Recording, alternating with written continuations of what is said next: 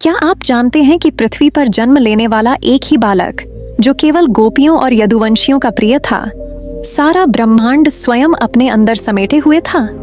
आज हम आपको श्रीमद् भागवत महापुराण के दशम स्कंध की उस अद्भुत कथा सुनाने जा रहे हैं, जिसमें श्री कृष्ण का दिव्य जन्म, उनके बाल्यकाल की लीलाएं जैसे पूतना, कालियानाग, गोवर्धन लीला, वृंदावन की रासलीला, मथुरा आगमन और कंसवध, द्वारका स्थापना और पांडवों से उनका अनोखा संबंध, हर एक प्रसंग शामिल है। यह कहानी केवल इतिहास नहीं, बल्कि प्रेम, भक्ति और धर्म का हृदय है। यदि आप जानना चाहते हैं कि कैसे यह बालक, जो गोपियों के साथ खेलता था, वही सारा संसार संभालने वाला भगवान बना, तो बने रहिए हमारे साथ और चलिए शुरू करते हैं इस दिव्य यात्रा को। अब आरंभ हो रही है वह अद्भुत कथा जो स्वयं श्रीमद् भागवत महापुराण का हृदय कही गई है। यह वह कथा है जब पृथ्वी का भार अत्याचारों से दब गया था, अधर्म का साम्राज्य फैल गया था और समस्त देवता व्याकुल होकर प्रभु से प्रार्थना करने लगे थे। यह वही समय था जब स्वयं श्री हरि ने निश्चय किया कि मैं इस पृथ्वी पर श्री कृष्ण के रूप में अवतरित होऊंगा। सतयुग, त्रेता और द्वापर, समय के 3 महान चक्र बीत चुके थे। युगों का धर्म अपने अपने स्वरूप में स्थिर था, परंतु जैसे जैसे द्वापर के अंतिम दिन निकट आने लगे, अधर्म का भार पृथ्वी पर बढ़ता गया। राजा अपने धर्म से भटकने लगे, ब्राह्मणों का तेज मंद पड़ने लगा और मानव स्वार्थ तथा अहंकार में डूबने लगे। पृथ्वी माता, जो सब प्राणियों का पालन करती है, धीरे धीरे अपने ही संतानों के पापों से दबने लगी। एक दिन जब अत्याचार और युद्ध की अग्नि चारों दिशाओं में फैल गई, जब निर्दोषों का रुदन स्वर्ग तक पहुंच गया, तब पृथ्वी माता ने अपना दिव्य स्वरूप धारण किया। वह गौ माता के रूप में प्रकट हुई, शरीर से सुंदर, परंतु मुख पर क्लांति और आंखों में अश्रु। उनके खुर कांप रहे थे, जैसे किसी ने उन्हें घायल कर दिया हो। वह सिसकती हुई धूल में लथपथ देवलोक की ओर चल पड़ी।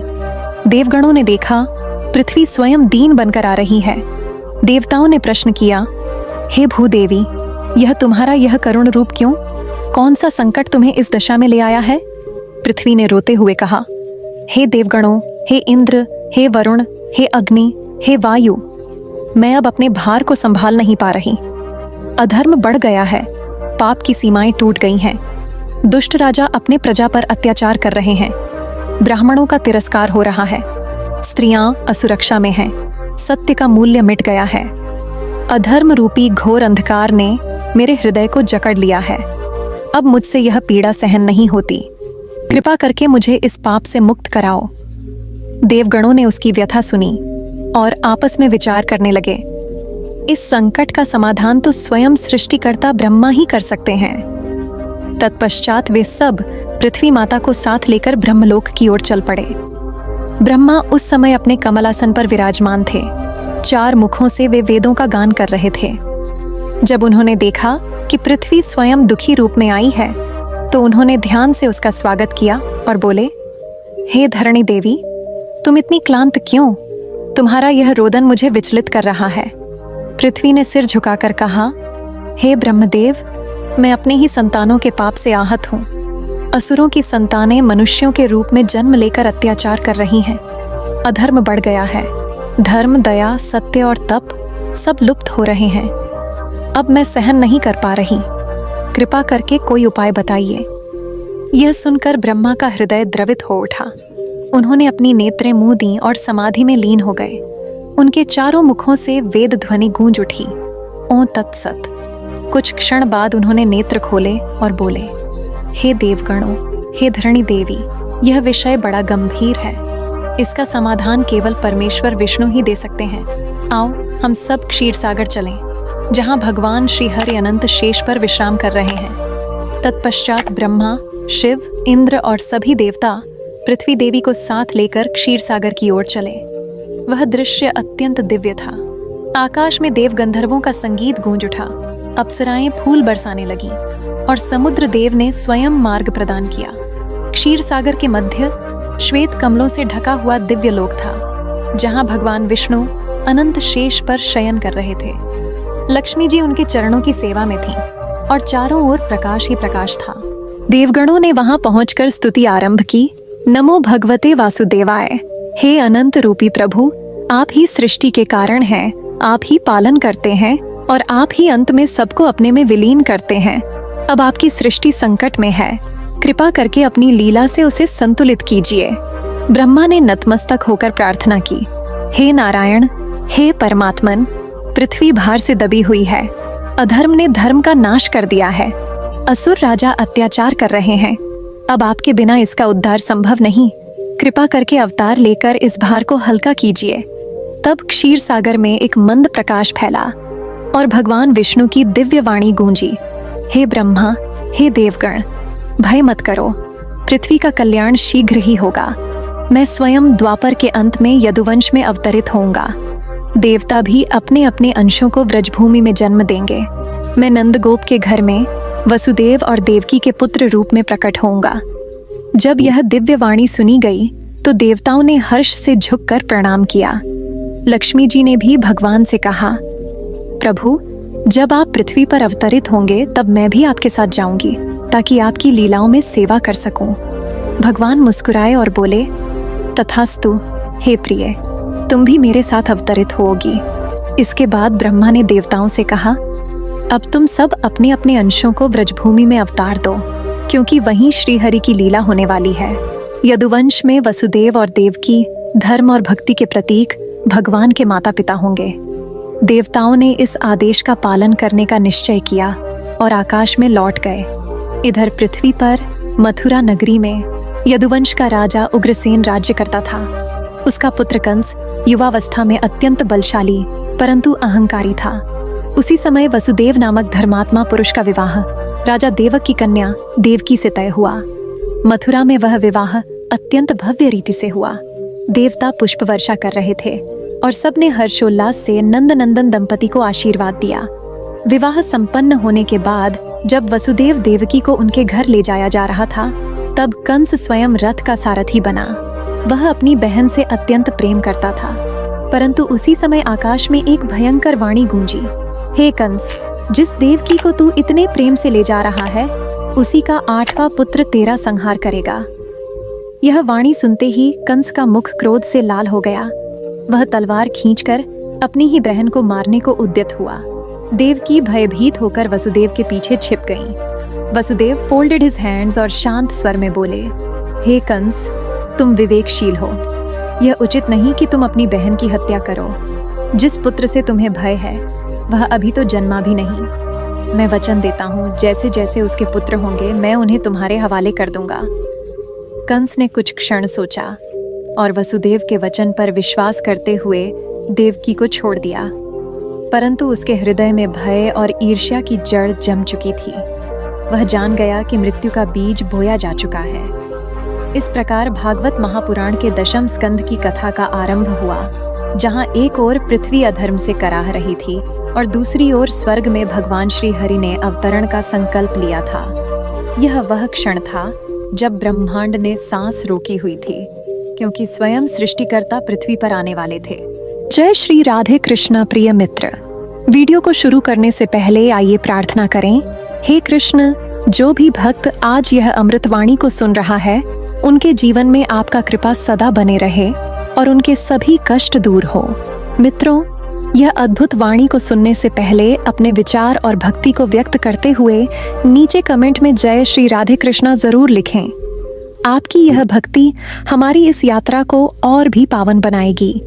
यदि आप हमारे चैनल अमृत ज्ञान सागर पर नए हैं तो अभी सब्सक्राइब करें और घंटी के बटन को दबाएं, ताकि आप हमारे हर नई भक्ति यात्रा का हिस्सा बन सके। तो चलिए बिना देरी किए यह दिव्य यात्रा की ओर बढ़ते हैं। तक हमने सुना कैसे पृथ्वी माता अपने भार से व्याकुल होकर ब्रह्मा के पास गई और ब्रह्मा ने देवताओं संग क्षीरसागर में जाकर श्री विष्णु से अवतरण की प्रार्थना की। अब आरंभ हो रही है वह दिव्य लीला जिसके लिए युगों ने प्रतीक्षा की थी।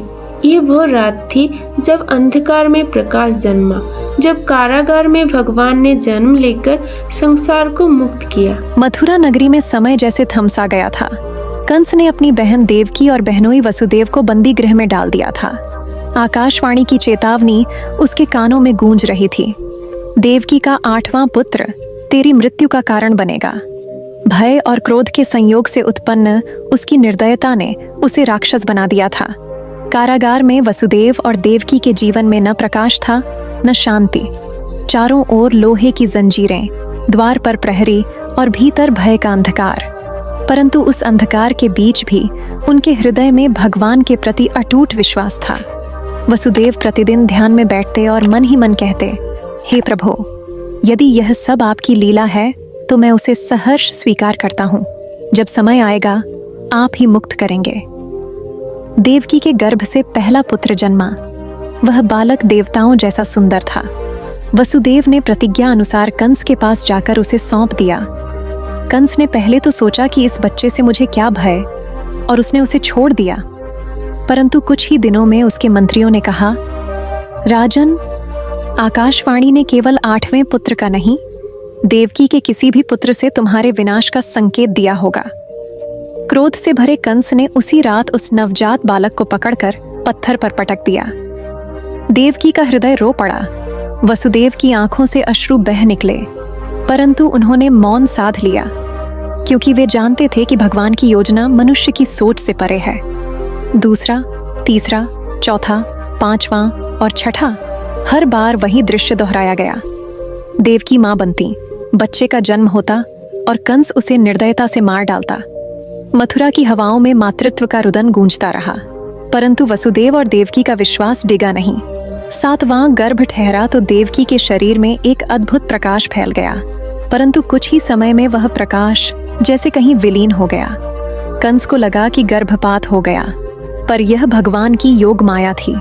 भगवान ने आदेश दिया था, यह बालक मेरा अंश शेषनाग होगा, जिसे बलराम कहा जाएगा। उसे रोहिणी के गर्भ में स्थानांतरित करो। योगमाया ने यह लीला पूर्ण की।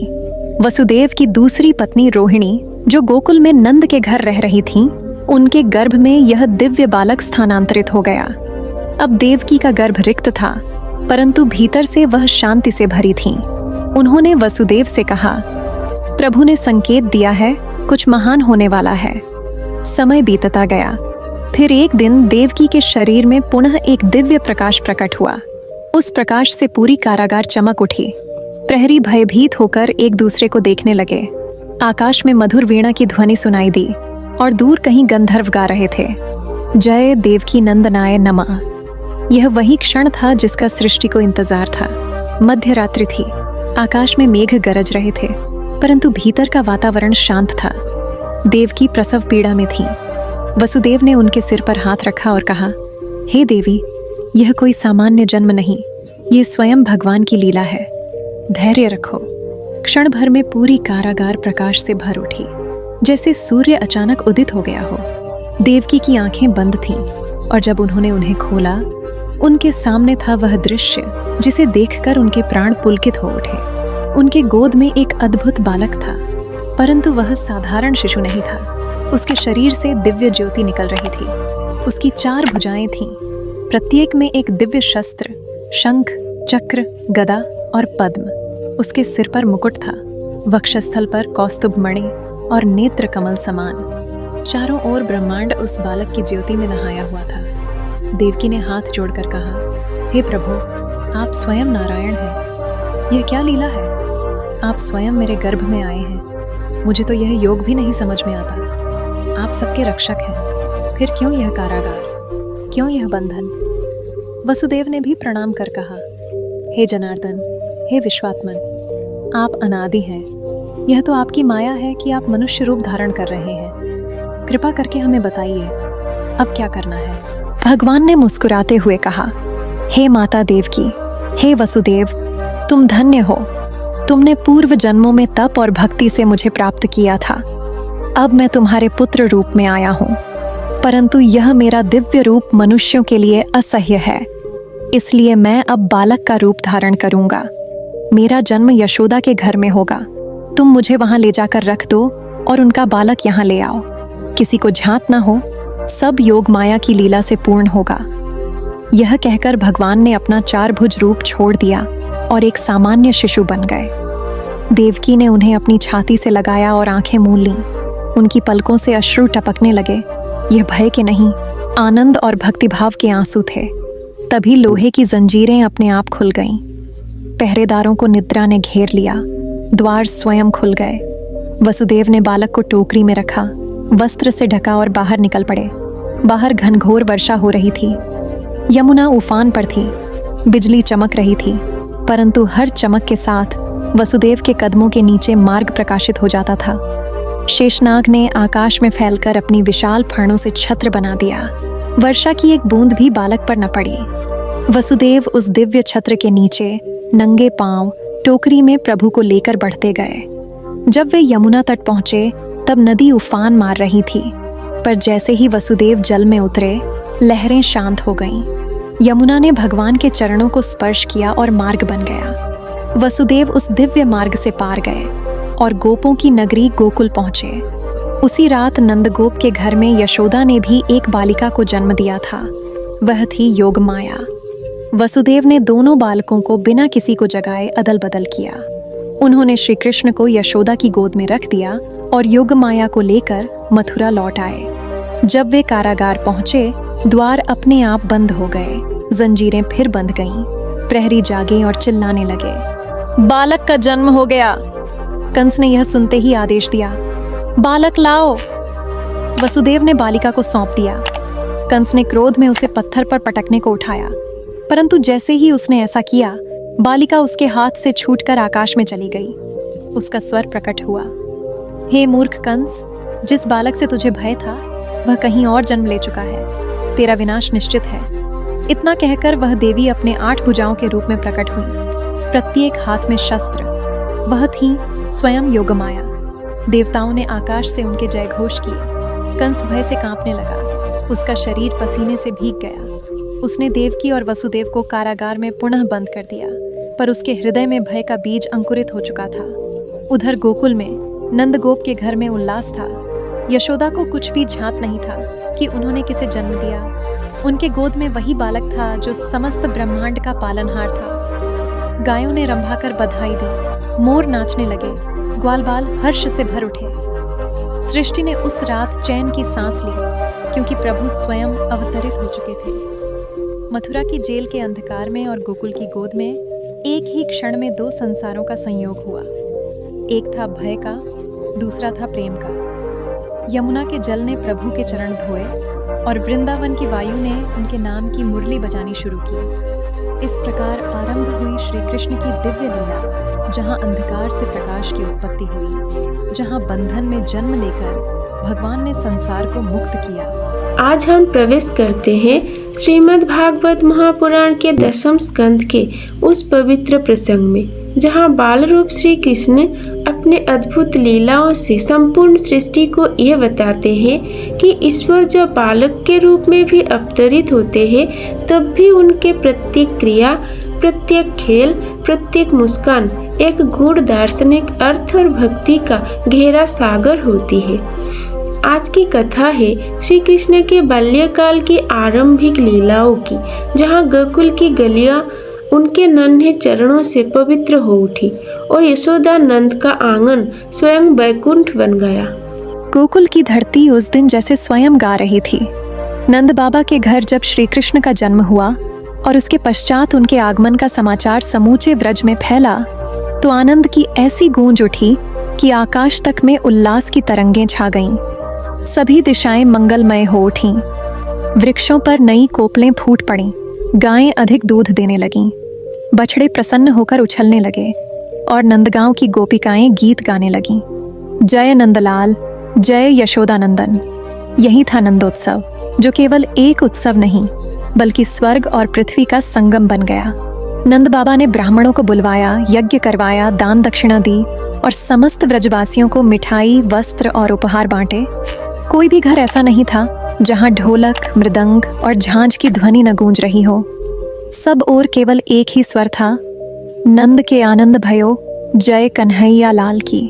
देवकी और वसुदेव के हृदय में जहां कारागार की दीवारों के बीच जन्मे उस बालक के प्रति अद्भुत श्रद्धा थी, वहीं नंद और यशोदा का हृदय मातृत्व और पितृत्व के अमृत में भीगा हुआ था। उन्हें क्या ध्यात था कि यह वही परम पुरुष है जो सृष्टि के सृष्टा हैं। वही जो देवताओं के देव हैं, जो गोप बालक बनकर उनके घर पधारे हैं। समय बीता और एक दिन जब यशोदा अपने लाडले को दूध पिलाकर झूले में सुला रही थीं, उसी समय गोकुल की ओर एक भयावह छाया बढ़ी। वह थी पूतना, राक्षसीनी, जिसे कंस ने भेजा था बालक कृष्ण का वध करने के लिए। परंतु ईश्वर के खेल कौन जान सका है। पूतना ने रूप बदल लिया। एक सुंदर नारी बनकर वह गोकुल में प्रवेश कर गई। उसकी आंखों में छल का आवरण था, पर मुख पर मातृत्व की माया का मुखौटा। सभी को लगा मानो कोई देवी आई हो बालक को आशीर्वाद देने। यशोदा और नंद घर में नहीं थे। पूतना धीरे से झूले के पास गई और मुस्कुराते हुए बोली, अरे कितना सुंदर बालक है, क्या मैं इसे गोद में ले सकती हूँ? और बिना उत्तर की प्रतीक्षा किए उसने बालक को उठा लिया। उसके स्तनों में विष भरा हुआ था, मृत्यु विष। उसने उस विष को दूध में मिलाया था ताकि कृष्ण के जीवन का अंत कर सके। लेकिन जैसे ही उसने बालक को अपने स्तन से लगाना चाहा, कृष्ण ने अपनी नन्ही मुस्कान के साथ उसकी ओर देखा। उस क्षण जैसे समय थम गया। पूतना की आंखों में भय का सागर उमड़ पड़ा। कृष्ण ने अपने नन्हे होठों से केवल दूध ही नहीं, बल्कि उसके प्राण, उसके पाप और उसकी समस्त विकृतियां खींच ली। पूतना चिल्लाई, तड़पी, उसका विशाल रूप प्रकट हो गया। पर्वत जितना बड़ा शरीर, अग्नि समान आंखें और विष से भरे दांत। उसके गिरने से भूमि हिल उठी। गोप और गोपिकाएं दौड़ पड़ी, भयभीत हो उठी। पर उस विशाल देह के बीच में नन्हा कृष्ण शांत भाव से खेल रहा था, मानो कुछ हुआ ही न हो। यशोदा ने जब उसे देखा तो हृदय कांप उठा। उन्होंने बालक को गले लगाया और कहा, मेरा लाल, तुझे किसी की नजर न लगे। पूतना की देह से जो सुगंध उठी, वह इस बात का प्रमाण थी कि मृत्यु के क्षणों में भी प्रभु के स्पर्श से पापिनी पूतना का उद्धार हो गया था। विष देने आई थी, पर अमृत पाकर मोक्ष पा गई। यही था कृष्ण का करुणामय स्वरूप। कुछ दिनों बाद जब नंद बाबा अपने कार्यों में व्यस्त थे और यशोदा बालक को झूले में झुला रही थीं, तभी एक और घटना घटी। घर के बाहर एक पुराना लकड़ी का ठेला रखा था। शकटासुर नामक असुर उसी में छिपा था। जब सब लोग नंदोत्सव के आनंद में मग्न थे, तब वह सोचने लगा, अब मैं इस बालक को मार डालूंगा। किंतु भगवान की लीला अद्भुत है। श्री कृष्ण उस समय झूले में लेटे हुए थे। अचानक उन्होंने अपने नन्हे चरणों से ठेले को लात मारी और वह ठेला पलट गया। एक भीषण विस्फोट हुआ और शकटासुर का अंत हो गया। सब हैरान रह गए कि यह तो केवल शिशु है, इसने ठेला कैसे उलट दिया? पर जो समस्त ब्रह्मांड का धारक है, उसके लिए एक ठेला क्या? कुछ समय बाद एक और भयानक प्रलय वायु चलने लगी। वह था तृणावर्त, कंस द्वारा भेजा गया वायुरूप असुर। उसने बालक कृष्ण को उठा लिया और आकाश में चक्कर काटने लगा। सारी व्रजभूमि में अंधकार छा गया। धूल के बवंडर उठने लगे। यशोदा रोने लगीं, कन्हैया, मेरा लाल कहाँ गया? परंतु श्री कृष्ण तो वायु में खेलते हुए जैसे किसी खेल में मग्न हो। अचानक उन्होंने तृणावर्त के गले को दोनों नन्हे हाथों से पकड़ लिया। असुर का दम घुटने लगा, उसकी गति रुक गई, आकाश से गिरा और मारा गया। जब सबने देखा तो बालक तृणावर्त की छाती पर बैठा मुस्कुरा रहा था। व्रज में पुनः जय घोष हुआ, नंदलाल की जय हो। समय बीता और बालक का नामकरण संस्कार हुआ। गर्ग मुनि नंद बाबा के घर आए। उन्होंने गुप्त रूप से नामकरण किया ताकि कंस को पता न चले। उन्होंने कहा, यह बालक पूर्व जन्मों में अनेक रूपों में प्रकट हुआ है, कभी श्वेत, कभी पीत, कभी रक्तवर्ण, और अब यह श्याम वर्ण है। इसका नाम कृष्ण होगा, क्योंकि यह सबके पापों का हरण करने वाला, सबके जीवन को श्यामलता की तरह शीतल करने वाला है। गोकुल में हर दिन कोई न कोई चमत्कार होता। एक दिन यशोदा जब कन्हैया को गोद में लेकर झुला रही थीं, तब उन्होंने देखा कि बालक मिट्टी खा रहा है। उन्होंने डांटा, कन्हैया, मुंह खोल। जैसे ही कृष्ण ने मुख खोला, यशोदा ने देखा उनके मुंह में संपूर्ण ब्रह्मांड है। सभी लोक, ग्रह, तारे, देवता, अग्नि, वायु, जल, आकाश, सब कुछ। वह क्षण मातृत्व से परे ईश्वर दर्शन का क्षण था। यशोदा का शरीर कांप गया। उन्होंने देखा कि उनके सामने कोई साधारण बालक नहीं, स्वयं ब्रह्म है जो उनके गोद में खेल रहा है। लेकिन मातृत्व की माया ने पुनः उन्हें मोह में डाल दिया और वह बोली, अरे तू तो मेरा कन्हैया है, तूने फिर कोई शरारत की होगी। यही कृष्ण की योग माया है, जो दर्शन कराता भी है और ढक भी देता है। गोकुल की धरती अब सुरक्षित नहीं रही थी, क्योंकि कंस के भेजे असुर बार बार वहां आक्रमण कर रहे थे। नंद और गोपों ने विचार किया कि अब उन्हें किसी सुरक्षित स्थान पर जाना चाहिए। तब उन्होंने वृंदावन की ओर गमन का निर्णय लिया। अपने पशु, गोधन, परिवार और बच्चों के साथ वे वृंदावन पहुंचे। यमुना के तट पर बसे उस वन में शांति थी, मधुर हवा बह रही थी और वह भूमि भगवान के बाल्यकाल की लीलाओं की साक्षी बनने को तत्पर थी। वृंदावन में नंदलाल का नटखटपन और भी बढ़ गया। कभी वे गायों के पीछे दौड़ते, कभी गोपिकाओं के घड़ों में से माखन निकाल लेते, कभी गोपों के साथ खेलते हुए वृक्षों पर चढ़ जाते। लेकिन हर शरारत में भक्ति का रस छिपा था, हर हंसी में करुणा थी और हर खेल में संसार को यह सिखाने का संदेश कि ईश्वर अपने भक्तों के बीच बालक बनकर भी वही ब्रह्म है जो संपूर्ण सृष्टि को चला रहा है। इस प्रकार गोकुल और वृंदावन में बालक श्री कृष्ण की बाल्यकाल की लीलाएं आरंभ हुईं। प्रत्येक लीला एक उपदेश, प्रत्येक घटना एक उपासना और प्रत्येक मुस्कान एक मुक्ति का द्वार बन गई। वृंदावन की धरती उस समय जैसे स्वयं प्रेम का सागर बन चुकी थी। चारों ओर यमुना की कलकल ध्वनि गूंजती थी। कदम्ब और आम्र वृक्षों की छांव में गोधन चढ़ते थे और उनके पीछे पीछे नंदलाल श्री कृष्ण अपने सखा बालकों के साथ हंसते, दौड़ते और बांसुरी की मधुर ध्वनि से समस्त वातावरण को माधुर्य से भर देते। गोप बालों के संग उनका प्रत्येक दिन एक नया खेल, एक नई लीला लेकर आता। कभी वे छाया में बैठकर माखन बांटते, कभी मिट्टी से आकृतियां बनाते, कभी किसी की बांसुरी छीन कर भाग जाते। और जब बांसुरी से स्वर उठता, धन्य हैं वे वृंदावन की गलियां जहां स्वयं ईश्वर बालक बनकर खेलते हैं। वृंदावन का हर जीव उन्हें पहचानता था। पक्षी उनके नाम का जप करते, नदियां उनके चरणों को छूने के लिए तट तोड़ देती और वृक्ष अपनी शाखाएं झुका देते मानो प्रणाम कर रहे हों। गोधन का झुंड उनके पीछे चलता जैसे कोई सेना अपने नायक के पीछे चलती है। गोपबाल उनके साथ हंसते, कभी उन्हें कन्हैया कहते, कभी गोपाल, कभी नंदलाल, पर किसी को यह झांत न था कि यह वही परमात्मा है जिन्होंने ब्रह्मांड रचा है। एक दिन जब श्री कृष्ण अपने सखाओं के साथ बछड़ों की चराई के लिए वन की ओर गए, तब उन्होंने देखा कि एक बछड़ा कुछ अजीब व्यवहार कर रहा है। उसका शरीर विचित्र रूप से फूला हुआ था, आंखें लाल थीं और उसकी गति असामान्य। श्री कृष्ण ने मुस्कुराकर अपने सखा बलराम से कहा, भैया देखो तो, यह बछड़ा कुछ सामान्य नहीं लगता। बलराम ने भी देखा और बोले, यह अवश्य कोई असुर है जो हमारे बछड़ों में घुस आया है। वह था वत्सासुर, जिसे कंस ने भेजा था। कृष्ण ने धीरे धीरे उसके पास जाकर उसके गले को पकड़ लिया और कुछ ही क्षणों में उस दुष्ट का अंत कर दिया। वत्सासुर का विशाल रूप प्रकट हुआ और वह गिर पड़ा। वृंदावन में पुनः जय घोष हुआ, जय नंदलाल, जय गोविंद। पर कृष्ण तो निश्चल भाव से बछड़ों को समेटकर कहते रहे, चलो सखाओ अब चलें, देर हो रही है, जैसे कुछ हुआ ही न हो। कुछ दिनों बाद जब सभी बालक यमुना तट के पास खेले रहे थे, अचानक वहां एक विशालकाय पक्षी प्रकट हुआ। उसका शरीर पहाड़ के समान, चोंच तलवार की तरह तीखी और आंखों से अग्नि निकल रही थी। वह था बकासुर। उसने सीधे श्री कृष्ण को निगलने का प्रयास किया, परंतु बालक कृष्ण ने भीतर से उसके कंठ को पकड़ लिया। बकासुर का दम घुट गया और उसका मुख फट गया। उसके गिरते ही भूमि कांप उठी, परंतु नंदलाल हंसते हुए अपने सखा की ओर देखने लगे, मानो उन्होंने केवल एक तिनका तोड़ा हो। कृष्ण और बलराम की ये लीलाएं अब वृंदावन के हर घर में चर्चा का विषय बन चुकी थीं।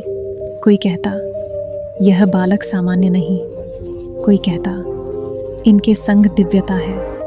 परंतु यशोदा के हृदय में केवल एक ही बात थी, यह मेरा बेटा है, मेरे जीवन का आनंद, और यही मातृत्व का परम सौंदर्य था, ईश्वर को भी अपने प्रेम में बालक बना देना। एक दिन सुबह जब सवेरे की लालिमा यमुना पर उतर रही थी, गोप बालों ने फिर बछड़ों को लेकर वन की ओर प्रस्थान किया।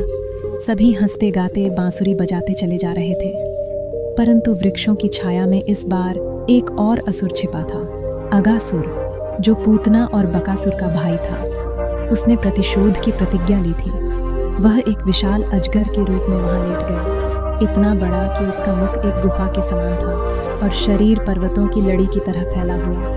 गोप बालों ने उसे देखा और हंसने लगे। देखो कन्हैया, ये कैसी गुफा है, चलो इसमें खेलते हैं।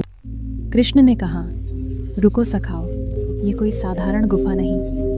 पर बालकों की मस्ती उन्हें रोक न सकी। वे भीतर प्रवेश करने लगे। जैसे ही वे भीतर गए, अगासुर ने अपना मुख बंद करना आरंभ कर दिया। परंतु उस क्षण श्री कृष्ण का रूप विराट हो उठा। उनके शरीर से दिव्य प्रकाश निकला और उन्होंने अपने चरणों से उस दुष्ट का मुंह फाड़ डाला। अगासुर के प्राण निकल गए और सभी गोप बाल सुरक्षित बाहर आ गए। उनके नेत्रों में विस्मय था और हृदय में भक्ति का उदय। वृंदावन के ये अद्भुत दिन ऐसे बीत रहे थे जैसे हर क्षण एक नया अध्याय हो। यमुना किनारे की मिट्टी अब पवित्र हो चुकी थी, वृक्षों की छाया अब मंदिर बन चुकी थी और हर गोपिका का हृदय भक्ति का दीपक बन चुका था।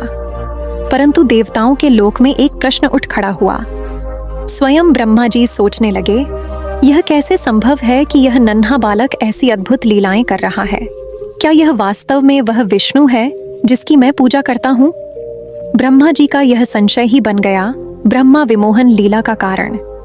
एक दिन जब श्री कृष्ण अपने सखाओं और बछड़ों के साथ वन में भोजन कर रहे थे, ब्रह्मा जी वहां आए और उन्होंने अपने सामर्थ्य से उन सब बालकों और बछड़ों को अदृश्य कर दिया।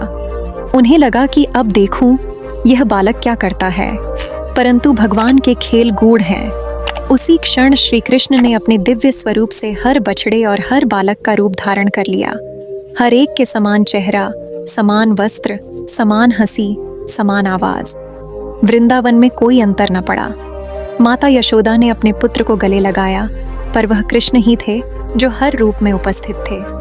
गायें अपने बछड़ों को दूध पिलाती रहीं, पर हर बछड़ा स्वयं कृष्ण था। यहाँ तक कि बलराम जी भी कुछ दिनों तक यह नहीं समझ पाए कि यह क्या लीला है। एक वर्ष बीत गया। ब्रह्मा जब पुनः उस स्थान पर लौटे तो उन्होंने देखा सब कुछ पहले जैसा ही है। उनके मन में विस्मय छा गया। उन्होंने देखा, यह तो वही बालक हैं जिन्हें मैंने छिपा दिया था, परंतु वे सब यहाँ कैसे? तभी उनके समक्ष श्री कृष्ण ने अपना विराट रूप प्रकट किया। असंख्य सिर, असंख्य हाथ, असंख्य ब्रह्मांड, हर दिशा में केवल श्री कृष्ण ही श्री कृष्ण थे। ब्रह्मा जी का संशय क्षण भर में दूर हो गया। उन्होंने अपने चारों सिर झुकाकर कहा, प्रभु, मैं मूर्ख था जो आपके स्वरूप को बालक समझ बैठा। आपने मुझ पर दया की, मेरे अहंकार का नाश किया। श्री कृष्ण ने मुस्कुराते हुए कहा, ब्राह्मण, यह संसार भी उसी मोह में बंधा है जिसमें आप बंध गए। जब तक मनुष्य अपने अंतःकरण में मुझे बालक, मित्र, पुत्र या प्रिय रूप में नहीं देखता, तब तक वह मेरे वास्तविक स्वरूप को नहीं समझ पाता। प्रेम से देखो तो मैं तुम्हारे पास हूँ, संशय से देखो तो मैं दूर। ब्रह्मा जी ने आंसुओं से भरी आंखों से प्रणाम किया और कहा, प्रभु, आपने मेरे अहंकार का शमन किया।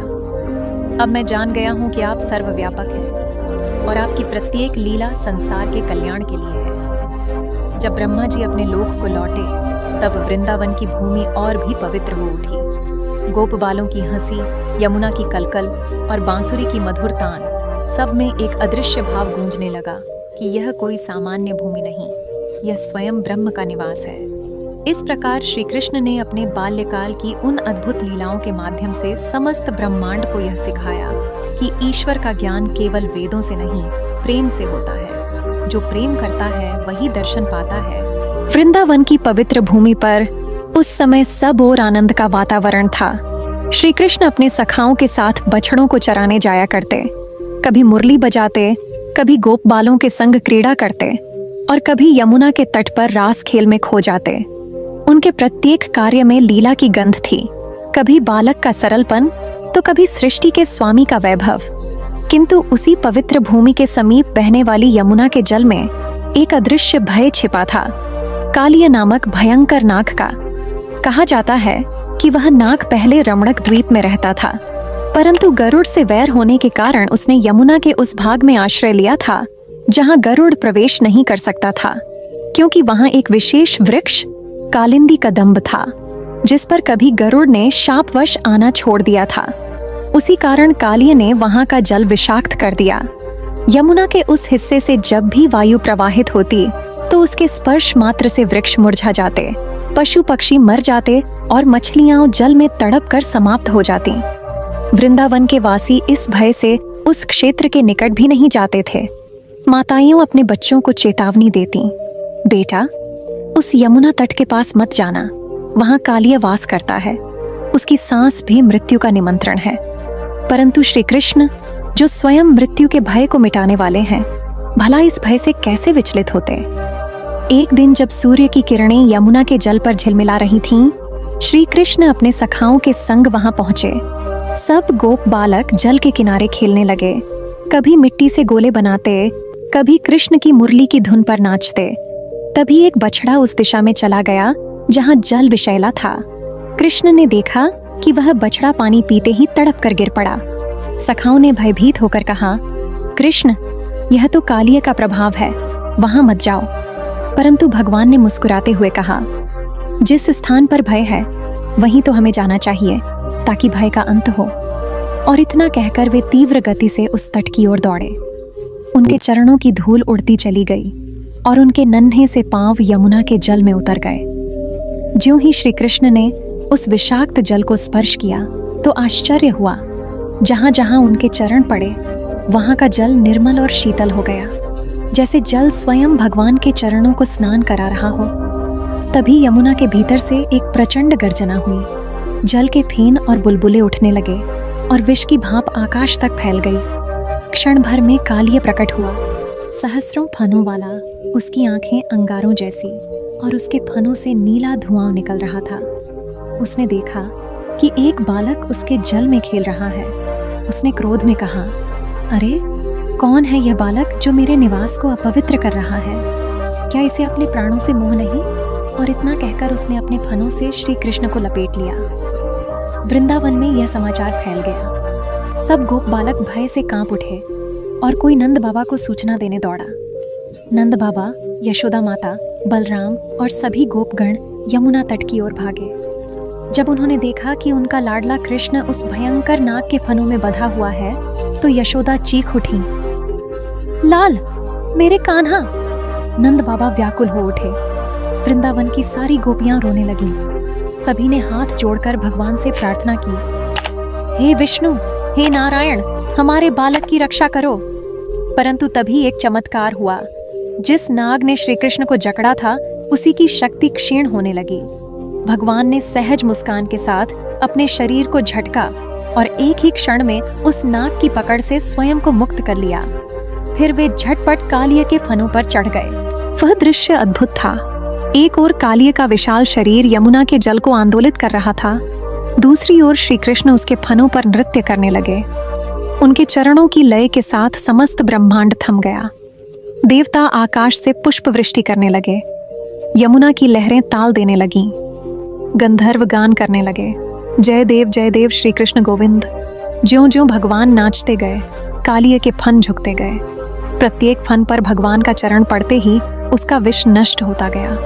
कालिय थक कर अचेत हो गया, उसके फन झुक गए और उसका गर्व चूर हो गया। तभी उसकी पत्नियां, नागपत्नी गण यमुना से बाहर आईं। उन्होंने भगवान के चरणों में गिरकर कहा, प्रभु, हमारा पति अहंकारवश अपराधी बन गया, उसे क्षमा दीजिए। वह नहीं जान सका कि आप स्वयं वही अनंत नारायण हैं जिनकी शरण सारा जगत चाहता है। आप ही सृष्टि के पालन करता है। यदि आपने उसे मार दिया तो हमारे जीवन का अर्थ ही समाप्त हो जाएगा। उनकी वाणी में करुणा थी, प्रार्थना थी और भक्ति भी। भगवान मुस्कुराए, हे नागपत्नियों, भय मत करो, तुम्हारे पति का अपराध क्षमा किया जाता है। वह अब यहाँ से चला जाए और फिर कभी इस पवित्र भूमि को विष से अपवित्र न करे। वह अपने पूर्व निवास रमणक द्वीप को लौट जाए। गरुड़ भी अब उसे हानि नहीं पहुंचाएगा, क्योंकि मैंने उसके सिर पर अपने चरण चिन्ह अंकित कर दिए हैं।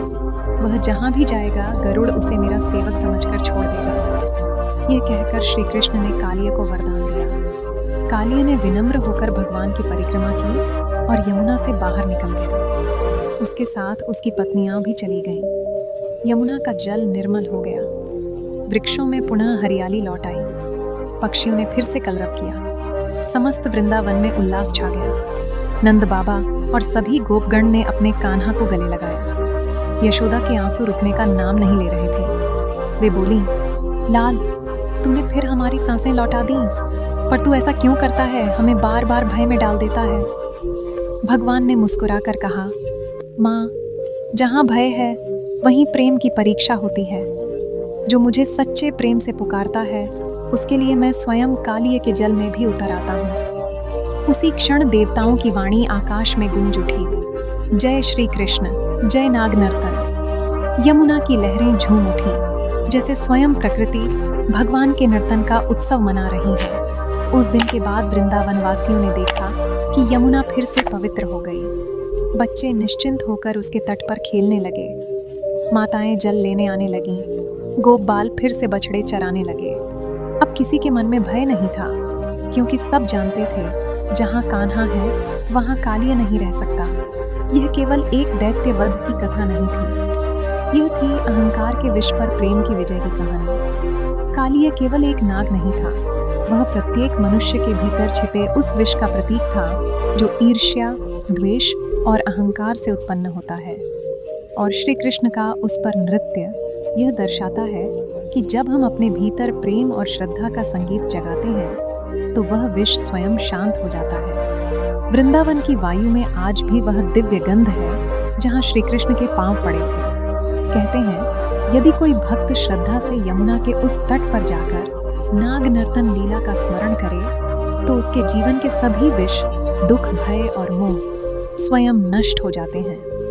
और तभी से वृंदावन में एक स्वर सदा गूंजता है, कान्हा के चरण पड़े जहाँ, वहाँ अमृत बहता है। जहाँ प्रेम है वहाँ भय मिटता है। वृंदावन में जब कालिया का दमन हो चुका था, तब वहाँ के लोग और भी अधिक श्री कृष्ण के प्रेम में डूब गए। यमुना का जल पुनः निर्मल हो गया था। बछड़े और गौएं निश्चिंत होकर तटों पर चढ़ती थीं। सब ओर आनंद का वातावरण था। नंद बाबा अपने पुत्र के लालन पालन में मग्न थे और यशोदा के नेत्रों में सदा कान्हा का रूप बसा रहता। श्री कृष्ण प्रतिदिन अपने सखाओं के साथ बछड़े चराने जाते, कभी मुरली बजाते, कभी बंसी की धुन पर वृंदावन की वायु को माधुर्य से भर देते। परंतु एक दिन उन्होंने देखा कि वृंदावन में कुछ असामान्य हो रहा है। सभी गोप पुरुष और स्त्रियां व्यस्त थे। कोई अनाज इकट्ठा कर रहा था, कोई दूध दही घी तैयार कर रहा था, कोई पुष्पमाला बना रहा था। श्री कृष्ण ने मुस्कुराकर पूछा, बाबा, यह सब तैयारी किस बात की है? नंद बाबा बोले, लाल, आज इंद्रदेव की पूजा की तैयारी है। वे ही हमारे वर्षा करने वाले देव हैं। उन्हीं की कृपा से हमारे खेतों में अन्न उपजता है, हमारी गौएं हरी घास पाती हैं। अतः प्रतिवर्ष हम उनका यज्ञ करते हैं ताकि वे प्रसन्न रहें और समय पर वर्षा करें। श्री कृष्ण ने मासूम सी जिज्ञासा से पूछा, परंतु बाबा, क्या वर्षा सचमुच इंद्र करते हैं? क्या वे बिना कारण वर्षा करते हैं? यदि हमारे कर्म अच्छे हैं, हमारी गौएं चरती हैं, हम गोवर्धन पर्वत से चारा और जल पाते हैं, तो क्या हमें गोवर्धन का पूजन नहीं करना चाहिए? इंद्र तो देवता हैं, पर गोवर्धन तो हमें प्रत्यक्ष अन्न, जल और जीवन देता है। गोप बालकों ने भी कहा, हाँ, कान्हा ठीक कहते हैं, हमें उसी का पूजन करना चाहिए जो हमें प्रत्यक्ष सुख देता है। नंद बाबा कुछ क्षण मौन रहे, फिर बोले, लाल, तेरी बातें सत्य हैं। हम वर्षों से परंपरा से इंद्र पूजा करते आए हैं, पर तुझे देखकर लगता है कि सत्य तो गोवर्धन में ही है। श्री कृष्ण ने कहा, बाबा, देवता अपने अपने कार्य करते हैं। इंद्र वर्षा करता है, सूर्य प्रकाश देता है, परंतु यह सब भगवान की आज्ञा से होता है। सृष्टि का नियम कर्म पर आधारित है। जब हम धर्म से जीवन बिताते हैं, गौ सेवा और भूमि की रक्षा करते हैं, तब प्रकृति स्वयं हम पर कृपा करती है। इसलिए हमें इंद्र की नहीं, प्रकृति के साक्षात रूप गोवर्धन पर्वत की पूजा करनी चाहिए। उनकी बातों ने सबके हृदय को छू लिया। नंद बाबा ने कहा, लाल, जैसे तू कहेगा वैसा ही होगा। इस बार हम इंद्र यज्ञ नहीं करेंगे, हम गोवर्धन पूजा करेंगे। अगले दिन समस्त वृंदावन वासियों ने गोवर्धन पर्वत की पूजा के लिए भव्य आयोजन किया। श्री कृष्ण ने सभी को निर्देश दिया, गोवर्धन के चारों ओर घी, दूध, दही, मक्खन, अन्न, फल, पुष्प और जल अर्पित करो। गौओं को सजाओ, मुरली बजाओ और पर्वत की परिक्रमा करो। वह दृश्य अत्यंत मनोहर था। गोकुल की गलियां सजी थीं, गोपियां गीत गा रही थीं। जय जय गोवर्धन धारी, नंद लाला प्यारे हमारे। सभी ने गोवर्धन के चारों ओर भोजन और भोग का अर्पण किया। भगवान श्री कृष्ण ने स्वयं अपने विराट रूप में गोवर्धन पर्वत के रूप में प्रकट होकर कहा, मैं ही यह पर्वत हूँ और यह सब अर्पण मैं स्वीकार करता हूँ। लोग विस्मित रह गए। उन्होंने देखा कि गोवर्धन पर्वत स्वयं झुककर अर्पण स्वीकार कर रहा है। श्री कृष्ण ने भक्तों की ओर देखकर कहा, देखो, यह है हमारा साक्षात देव। अब सब भक्त मिलकर पर्वत की परिक्रमा करें। और इस प्रकार गोवर्धन पूजा का आरंभ हुआ। परंतु इंद्र को जब यह समाचार मिला कि वृंदावन वासियों ने उसकी पूजा बंद कर दी और एक पर्वत की पूजा की, तो उसका अहंकार भड़क उठा। उसने क्रोध में कहा, इन ग्वालों को अपनी भक्ति का अर्थ नहीं मालूम। एक बालक ने उन्हें भ्रमित कर दिया है। वे मेरी उपेक्षा कर रहे हैं, इन्हें इसका फल मिलेगा। इंद्र ने अपने बादलों को बुलाया, हे मेघराजों, जाओ और वृंदावन पर प्रलयंकारी वर्षा करो। इन अहंकारी मनुष्यों को दंड दो ताकि वे जान सकें कि इंद्र की शक्ति क्या है। क्षण भर में आकाश में अंधकार छा गया। बिजली कड़की, वज्रपात होने लगे। वर्षा ऐसी हुई कि धरती डूबने लगी। वृंदावन वासियों की झोपड़ियां जलमग्न होने लगीं। गौएं इधर उधर भागने लगीं। बच्चे, स्त्रियां सब भय से कांप उठे। यशोदा ने कृष्ण को गोद में उठाकर कहा, लाल, तूने क्या किया? इंद्र नाराज हो गए हैं। कृष्ण मुस्कुराए और बोले, माँ, चिंता मत करो, यह मेरा वृंदावन है, इसकी रक्षा मैं करूंगा। उन्होंने सबको बुलाया। सब लोग अपनी गौएं और परिवार सहित गोवर्धन पर्वत के नीचे आ जाओ। फिर वे अपने नन्हे से हाथ से गोवर्धन पर्वत की ओर बढ़े और कहा, यह पर्वत हमारा रक्षक है, अब मैं इसे उठा लूंगा। और देखते ही देखते बालक श्री कृष्ण ने अपने बाएं हाथ की सबसे छोटी उंगली से गोवर्धन पर्वत को ऐसे उठा लिया जैसे कोई बालक खिलौना उठाता है। वृंदावन के लोग विस्मय से देख रहे थे। सब गौएं, गोपियां, गोप और बच्चे उस पर्वत के नीचे आ गए। श्री कृष्ण ने कहा, अब यह पर्वत छत्र बन गया है। जब तक वर्षा रुकेगी नहीं, तब तक मैं इसे ऐसे ही धारण करूंगा। 7 दिन और 7 रातें बीत गईं। इंद्र ने और भी प्रचंड वर्षा की, किंतु भगवान की उंगली पर पर्वत स्थिर रहा। सृष्टि के सभी देवता यह दृश्य देखकर चकित थे। इंद्र का अहंकार धीरे धीरे पिघलने लगा। उसने देखा कि जिस बालक को वह तुच्छ समझ रहा था, वही तो ब्रह्मांड का स्वामी है। जब उसका गर्व भंग हुआ तो वह स्वर्ग से उतरा। उसने कमल लेकर श्री कृष्ण के चरणों में गिरकर कहा, प्रभु, मुझे क्षमा करें, मैं अपने अभिमान में अंधा हो गया था। आप ही परमेश्वर हैं, सबके रक्षक। आपने आज मुझे सिखाया कि शक्ति तभी सार्थक है जब उसमें विनम्रता हो। श्री कृष्ण ने कहा, इंद्र, देवता का धर्म है लोक की सेवा करना, अहंकार करना नहीं। वर्षा तुम्हारा कर्तव्य है, दंड देना नहीं। जो प्रजा तुम्हारे द्वारा जीवित रहती है, उसे भय नहीं देना चाहिए। आज से तुम अपने कर्तव्य का पालन प्रेम पूर्वक करो। इंद्र ने सिर झुकाकर कहा, प्रभु, आज से मैं आपको गोविंद कहकर पुकारूंगा, जो गौ, भूमि और प्रजा की रक्षा करे। और तभी से भगवान का यह नाम गोविंद प्रसिद्ध हुआ। वर्षा थम गई, आकाश निर्मल हो गया, सूर्य निकला। सब लोग गोवर्धन पर्वत के नीचे से बाहर आए। उन्होंने देखा कि कोई भी हानि नहीं हुई। गौएं प्रसन्न थीं, बच्चे हंस रहे थे और सब ओर कृष्ण का जयकार गूंज रहा था। जय गोवर्धन धारी लाल की, जय नंदलाल की। यशोदा ने श्री कृष्ण को गले लगाया, लाल, तूने फिर सबको बचा लिया। तू ही हमारा गोपाल, तू ही हमारा गोविंद है। श्री कृष्ण ने मुरली बजाई और उस स्वर में ऐसा माधुर्य था कि इंद्र के बादल भी झुककर प्रणाम करने लगे। वृंदावन का वातावरण फिर से हरियाली से भर गया।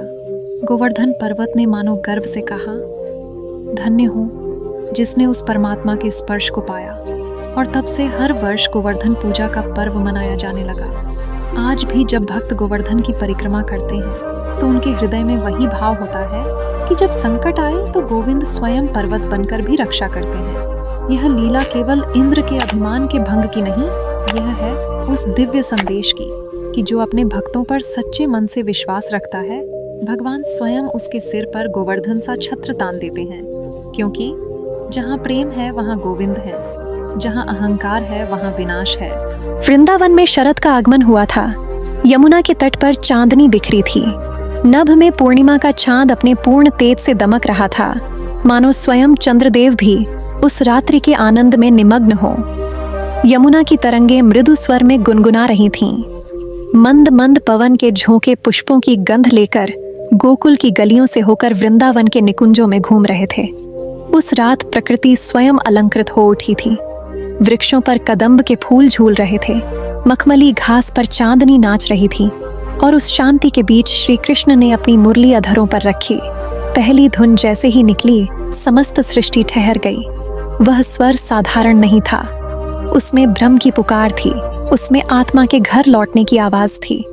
वह मुरली का स्वर जैसे ही गूंजा, गोकुल की गोपियां जो अपने अपने घरों में थीं, कोई अपने शिशु को सुला रही थी, कोई घर संवार रही थी, कोई पति की सेवा में लगी थी, सब कुछ भूल गईं।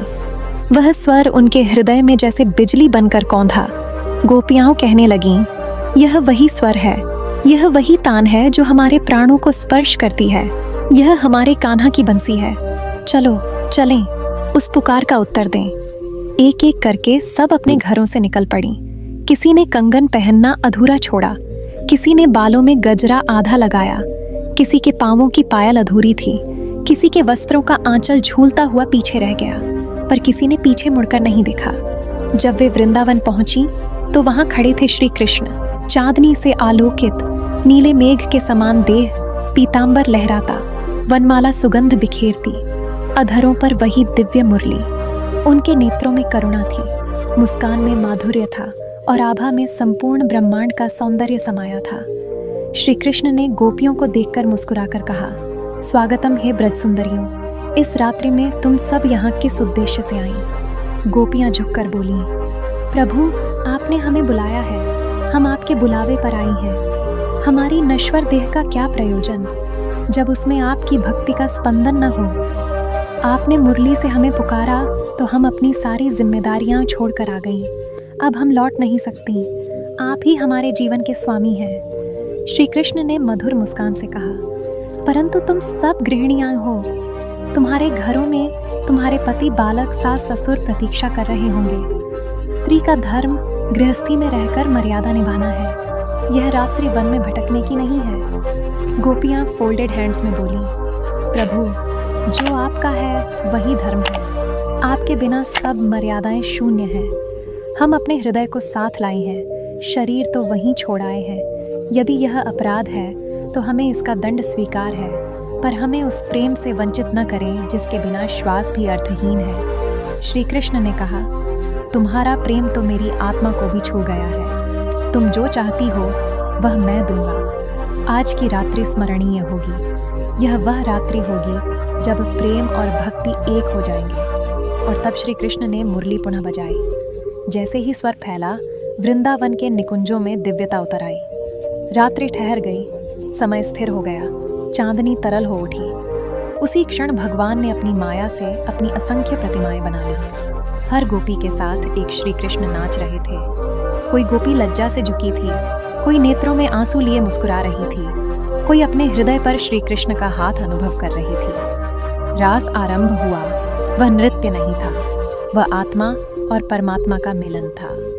पृथ्वी थर्राई, देवताओं ने पुष्प वृष्टि की। स्वयं ब्रह्मा और शिव उस रात्रि के साक्षी बने। नारद ने कहा, आज मैंने प्रेम का वह रूप देखा है जहां भक्ति देह से परे हो जाती है। राधा वहां थीं, रास का केंद्र।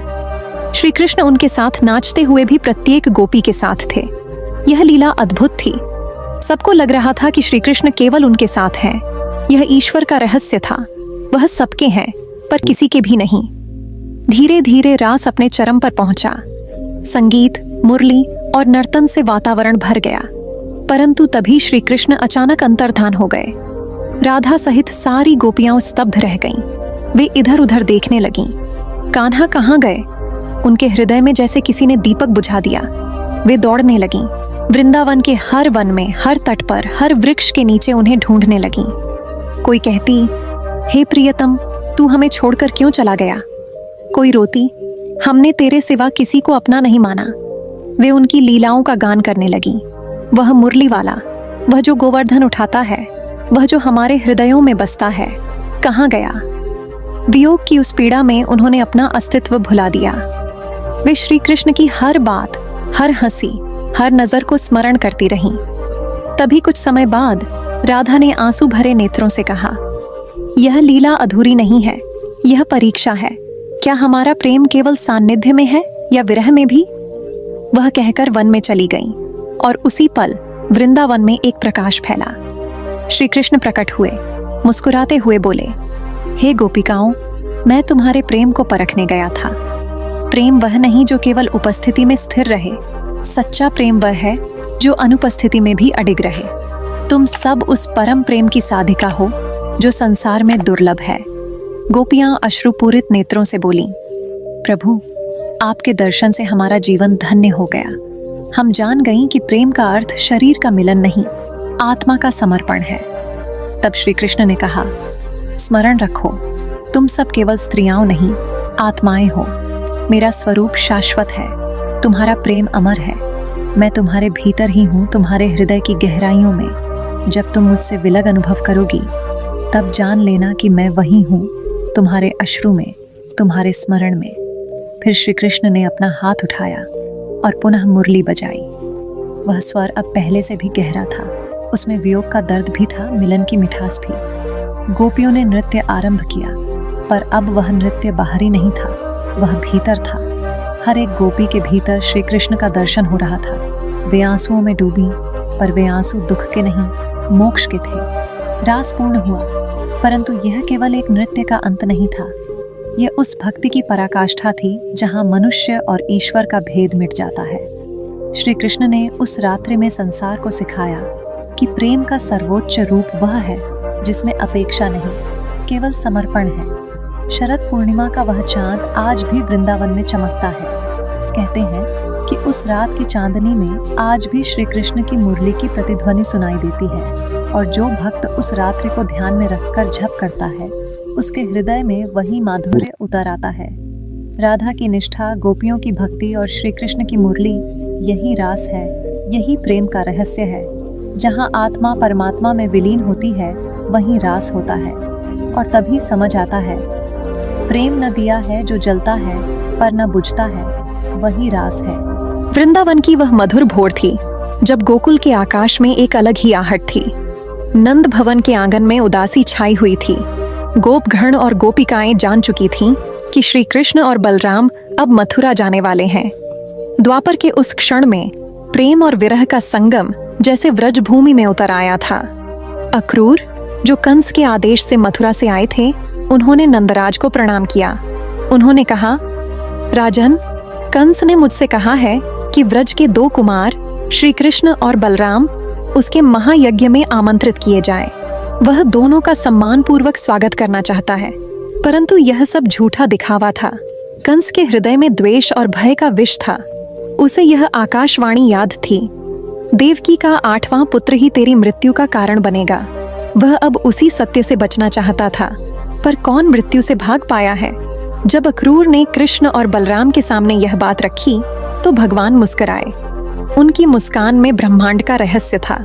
उन्होंने नंद बाबा की ओर देखा और कहा, पिताजी, हम सब की मथुरा यात्रा धर्म का कार्य है। कंस का अत्याचार अब और नहीं सहा जा सकता। माता देवकी और पिता वसुदेव अब भी कारागार में दुखी हैं। हमें उनका उद्धार करना ही होगा। यह सुनकर यशोदा का हृदय टूट गया। वह कृष्ण को गले लगाकर रोने लगी। लाल, तू तो मेरा नंदलाल है, मैं तुझसे कैसे जुदा हूँ? कृष्ण ने उनके आंसू पोंछे। मैया, मैं कहीं नहीं जा रहा, बस थोड़ा समय के लिए जा रहा हूँ। व्रज मेरा घर है, आप सब मेरा प्राण है। वह दृश्य इतना करुण था कि वृंदावन की हवा भी थम गई। गोपिकाएं आंखों में आंसू लिए देख रही थीं। राधा का हृदय मौन था। उनके मुख से शब्द नहीं निकले, पर आंखों ने जो कहा वह संपूर्ण ब्रह्मांड ने सुना। वह मौन संवाद था, आत्मा और परमात्मा के बीच। अक्रूर ने रथ तैयार किया। कृष्ण और बलराम ने जब रथ पर चरण रखा, तब गोकुल का हर जीव मौन हो गया। बछड़े, गायें, मोर और वृंदा वृक्ष सब झुक गए। रथ चला और गोवर्धन के पार वह धूल उड़ती रही जिसमें व्रज की यादें समाई थीं। रथ पर बैठते हुए अक्रूर का मन द्वंद्व में था। वह जानते थे कि वे भगवान के सेवक हैं, पर कंस का दूत बनकर आए हैं। जब यमुना किनारे पहुंचे तो अक्रूर ने स्नान का विचार किया। उन्होंने जैसे ही जल में डुबकी लगाई, उन्होंने अद्भुत दर्शन किया। क्षीर सागर में श्री विष्णु शेषनाग पर शयन करते हुए और उनके समीप लक्ष्मी जी। वही स्वरूप, वही तेज जो उनके रथ पर बैठे श्री कृष्ण में झलक रहा था। अक्रूर विस्मय से भर गए। उनका संदेह मिट गया। उन्होंने हाथ जोड़कर कहा, प्रभु, अब मुझे झांत हुआ कि आप कोई साधारण बालक नहीं, स्वयं विष्णु हैं जो धर्म की रक्षा के लिए अवतरित हुए हैं। श्री कृष्ण मुस्कुराए और बोले, अक्रूर, यह सब लीला है। जा, तू कंस के पास लौट, पर भय मत करना। अब समय आ गया है जब अत्याचार का अंत होगा। रथ आगे बढ़ा और मथुरा की सीमा दिखाई दी। नगर के द्वार पर श्री कृष्ण का प्रवेश हुआ। लोग दौड़ दौड़कर दर्शन करने लगे। जिसने भी कृष्ण को देखा उसका हृदय पुलकित हो उठा। कुछ ने कहा, यह तो वही है जिन्होंने कालिय नाग का दमन किया। कुछ बोले, इनकी मुस्कान में साक्षात विष्णु का तेज है। कृष्ण ने देखा कि कंस के अत्याचारों से लोग त्रस्त हैं। नारी, बालक, वृद्ध सभी भय में जी रहे हैं। उसी समय एक पुष्प वाटिका में एक माली, सुदामा नामक, ने कृष्ण को फूलों का हार भेंट किया। भगवान ने उसे आशीर्वाद दिया, तेरा नाम सदा याद रहेगा क्योंकि तूने प्रेम से पुष्प अर्पित किए। अगले दिन धनुर्वेद का महोत्सव था। कंस ने विशाल धनुष मंडप बनवाया था और योजना की थी कि वहीं कृष्ण का वध किया जाए। जैसे ही कृष्ण वहां पहुंचे, सैनिकों ने उन्हें रोकना चाहा, पर वे मुस्कुराकर भीतर गए। उन्होंने विशाल धनुष उठाया जो कई योद्धा भी न उठा सके। भगवान ने सहजता से उसे तोड़ दिया। जैसे ही धनुष टूटा, आकाश में गूंज हुई, धर्म जाग उठा है। कंस के क्रोध की ज्वाला भड़क उठी। उसने कहा, अब इन्हें कल के यज्ञ में हाथियों और मल्लों से मरवा दूंगा। अगले दिन अखाड़े में जनसमूह उमड़ा। कंस के आदेश से कुबलयपीड़ नामक विशाल हाथी को द्वार पर खड़ा किया गया। वह हाथी उग्र था। उसकी आंखें अग्नि समान जल रही थीं। परंतु जब कृष्ण वहां पहुंचे तो हाथी उनके तेज से कांप उठा। कृष्ण ने उसकी सूंड पकड़कर उसे भूमि पर पटक दिया। सबने विस्मय से देखा, यह बालक तो देवता है। फिर मल्लयुद्ध आरंभ हुआ। दो बलवान पहलवान, चाणूर और मुश्तिक, बलराम और कृष्ण से भिड़े। कृष्ण ने चाणूर का सीना फाड़ डाला। बलराम ने मुश्तिक को धराशायी किया। अखाड़े में जय गोविंद के नाद गूंज उठे। कंस सिंहासन पर क्रोध से कांप रहा था। वह चिल्लाया, मूर्खों, इन्हें पकड़ो। पर सैनिक भय से पीछे हट गए। तब श्री कृष्ण सिंहासन की ओर बढ़े। उन्होंने कंस के मुकुट को गिरा दिया और उसके बाल पकड़कर उसे भूमि पर पटक दिया। उसी क्षण आकाशवाणी हुई, धर्म की स्थापना हो गई है। कंस का जीवन अंत को पहुंचा। श्री कृष्ण ने उसका देह त्यागते हुए देखा और बोले, जिसने भी मेरा स्मरण किया, चाहे द्वेष से ही क्यों न किया हो, वह भी अंततः मुक्ति को प्राप्त होता है। मृत कंस के बाद भगवान ने कारागार जाकर अपने माता पिता वसुदेव और देवकी को मुक्त किया। जैसे ही वसुदेव ने पुत्र को देखा, उनकी आंखों में आंसू छलक पड़े। उन्होंने कहा, लाल, ये सब तेरा ही सामर्थ्य है। तू कौन है जो लोहे की बेड़ियां तोड़ देता है?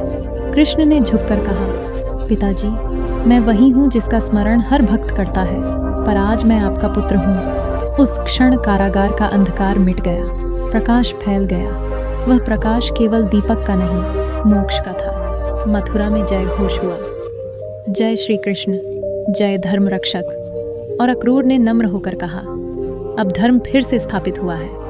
व्रज में जब यह समाचार पहुंचा तो गोकुल के आकाश में एक मधुर वायु चली। यशोदा की आंखें आंसुओं से भीगी, पर हृदय गर्व से भर गया। उन्होंने कहा, मेरा कान्हा अब संपूर्ण संसार का है।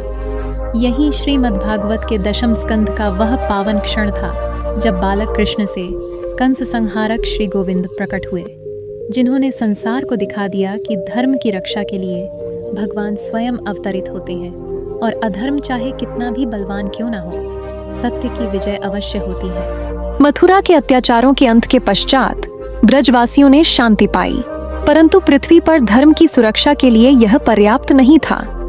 आसपास के राज्य, विशेषकर जरासंध की प्रबल सेना बार बार मथुरा पर आक्रमण कर रही थी। कृष्ण ने समझा कि मथुरा का स्थान रणनीतिक दृष्टि से असुरक्षित है। भगवान ने अपनी दिव्य दृष्टि से समुद्र के तट पर एक सुरक्षित और सुंदर नगरी की स्थापना का निर्णय लिया। उन्होंने यदुवंश के प्रमुखों को बुलाया और योजना बनाई कि वे सामूहिक प्रयास से द्वारका की नींव डालेंगे। श्री कृष्ण ने अपने दिव्य स्वरूप से नगर का प्रारूप रेखांकित किया। विशाल दीवारें, सुव्यवस्थित मार्ग, जलमार्ग, मंदिर और सार्वजनिक स्थान जिसमें न्याय और भक्ति का सामंजस्य हो। द्वारका का निर्माण अद्भुत था। नगर के गगनचुंबी द्वार सोने की झलक से चमकते, समुद्र की लहरों से मेल खाते और पत्थर की नक्काशी में ब्रह्मांड की कथा अंकित थी। नगरवासियों ने देखा कि नगर की नींव से ही पवित्रता और शांतिपूर्ण वायु फैली हुई है। श्री कृष्ण ने नगर में मंदिर स्थापित किए, जिनमें स्वयं के स्वरूप और देवी देवताओं की मूर्तियां स्थापित की गईं। नगरवासियों ने महसूस किया कि यह केवल नगर नहीं बल्कि दिव्यता का केंद्र है। इस समय श्री कृष्ण के जीवन में अनेक महत्वपूर्ण प्रसंग आए। रुक्मिणी, जो मैत्रेय और राजा रुक्मण के कुल में उत्तम कन्या थीं, ने अपने हृदय में केवल कृष्ण का प्रेम धारण किया। रुक्मिणी ने पत्र द्वारा भगवान को अपने प्रेम का संदेश भेजा, जिसमें उसने कहा कि यदि वह विजयी होकर मथुरा आए तो उसका विवाह केवल उसी से होना चाहिए। कृष्ण ने दिव्य चालाकी और धैर्य से रुक्मिणी का हरण किया और उसे अपने साथ द्वारका लाए। उसके पश्चात भगवान ने सत्यभामा और अन्य 16,108 रानियों के साथ विवाह संपन्न किया। प्रत्येक विवाह केवल सांसारिक नहीं था बल्कि दिव्य योजनाओं का हिस्सा था। इन रानियों के माध्यम से यदुवंश का विस्तार हुआ और द्वारका का साम्राज्य मजबूत हुआ। इस बीच नरकासुर नामक अत्याचारी असुर ने पृथ्वी पर प्रचंड आतंक मचाया था। उसने अनेक राज्यों को त्रस्त कर दिया था।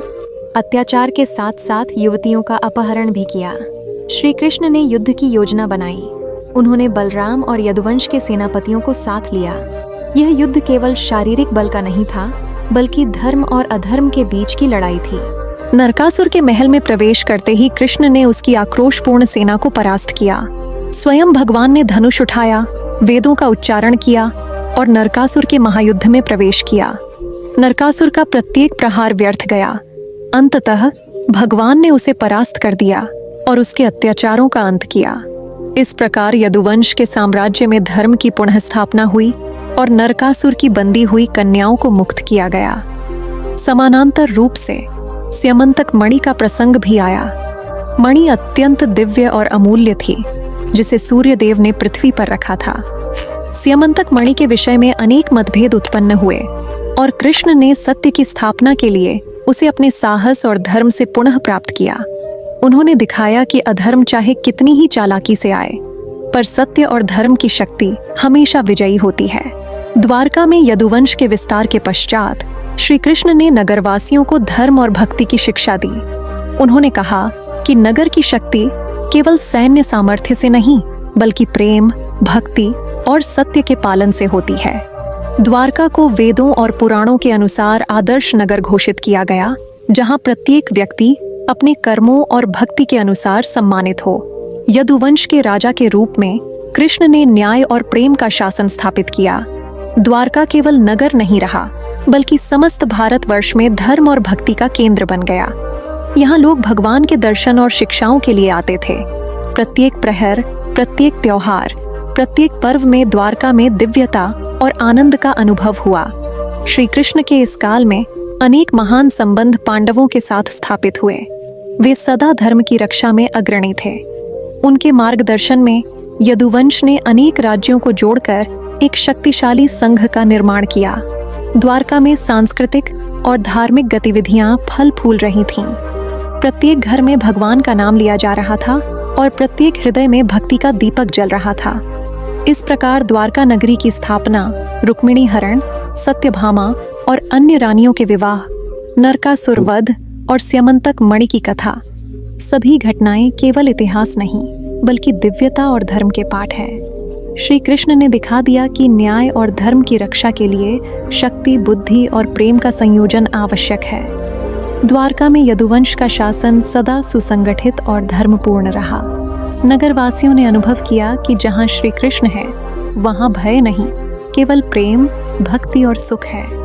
यही द्वारका की महिमा है, यही यदुवंश की प्रतिष्ठा। द्वारका में यदुवंश की स्थापना के उपरांत श्री कृष्ण का जीवन केवल युद्ध और राजनीति तक सीमित नहीं रहा। उन्होंने धर्म, नीति, प्रेम और मित्रता की शिक्षा देकर भविष्य के महायुद्ध की पृष्ठभूमि तैयार की। इस समय अर्जुन, जो पांडवों में सबसे वीर और नीतिपरायण थे, अपने धर्म और कौशल के लिए विख्यात हो रहे थे। कृष्ण और अर्जुन की मित्रता स्वाभाविक रूप से विकसित हुई। कृष्ण ने अर्जुन के भीतर छिपी शक्ति, साहस और धर्मनिष्ठा को समझा। वे केवल मित्र नहीं थे, बल्कि मार्गदर्शक और प्रेरक भी बने। अर्जुन ने जब अपने प्रशिक्षण और योग का अभ्यास किया, कृष्ण ने उसे जीवन के नैतिक और आध्यात्मिक पाठ पढ़ाए। यही मित्रता बाद में महाभारत के युद्ध में निर्णायक सिद्ध हुई। इसी समय पांडवों का जीवन महत्वपूर्ण मोड़ पर आया। द्रौपदी का स्वयंवर आयोजित हुआ।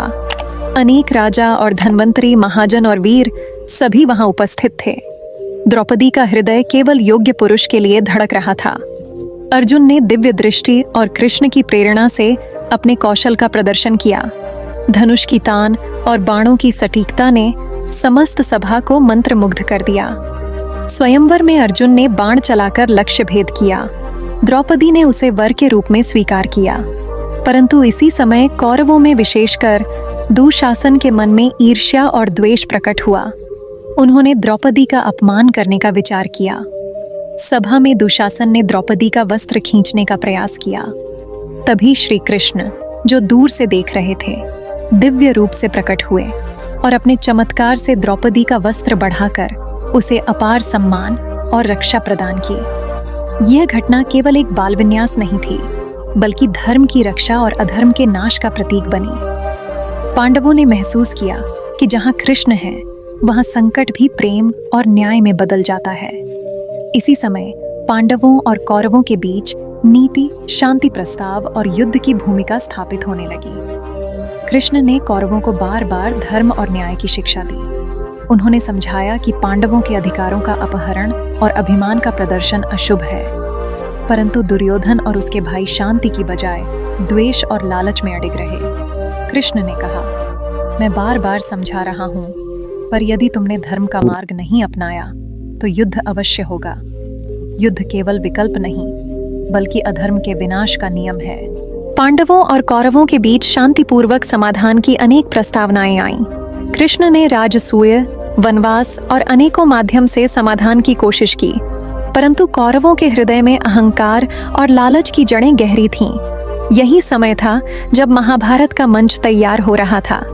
श्री कृष्ण ने केवल मित्र और मार्गदर्शक का कार्य नहीं किया, बल्कि उन्होंने धर्म, नीति और न्याय के सिद्धांतों का व्यावहारिक प्रदर्शन भी किया।